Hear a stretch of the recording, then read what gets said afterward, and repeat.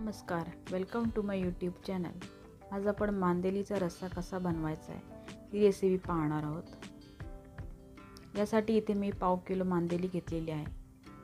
तिला स्वच्छ धुवून घ्या, 2-3 पाण्याने साफ करून स्वच्छ धुवून घ्या तिला। इथे बघा, इथे मी मस्त मांदेली अशी धुवून घेतलेली आहे, साफ केली आहे। आता वाटण्यासाठी आपण इथे मिरची, लसूण आणि कोथिंबीर घेणार आहोत। आता आपण मसाला इथे रेडी करून घेऊया। हिरवा मसाला असं बारीक वाटून घ्या, वाटण आपलं।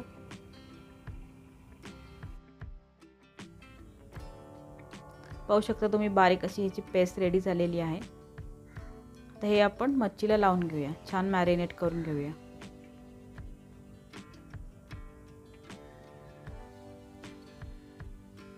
थोडीशी हळद घालूया, 3-4 चमचे आपलं घरचं तिखट, घरगुती मसाला म्हणजे आपला, लिंबाचा रस। हे असं छान एकजीव करून घ्यायचं सगळं आपल्याला, म्हणजे मच्छीला असं छान मॅरिनेट झालं पाहिजे। इथे मी चवीनुसार मीठ घातलेलं आहे, पाहू शकता। हे असं छान एकजीव करून घ्यायचं आपल्याला। इथे मी 4-5 कोकम घातलेला आहे, कोकम घेऊया।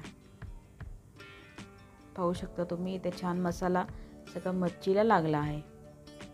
एक 5 मिनिटं आपल्याला फक्त मॅरिनेट करून मच्छी ठेवून द्यायची साईडला। आता मी इथे कढईत तेल गरम केले, त्याच्यात 4-5 पाकळ्या लसूण ठेचून घातलेला आहे। आता आपण ह्याच्यात मच्छी फ्राय करून घेऊया। 2 मिनिटं याला मंद गॅसवर परतून घ्या छान। छोटीशी एक वाफ काढली आपण इथे ह्याला।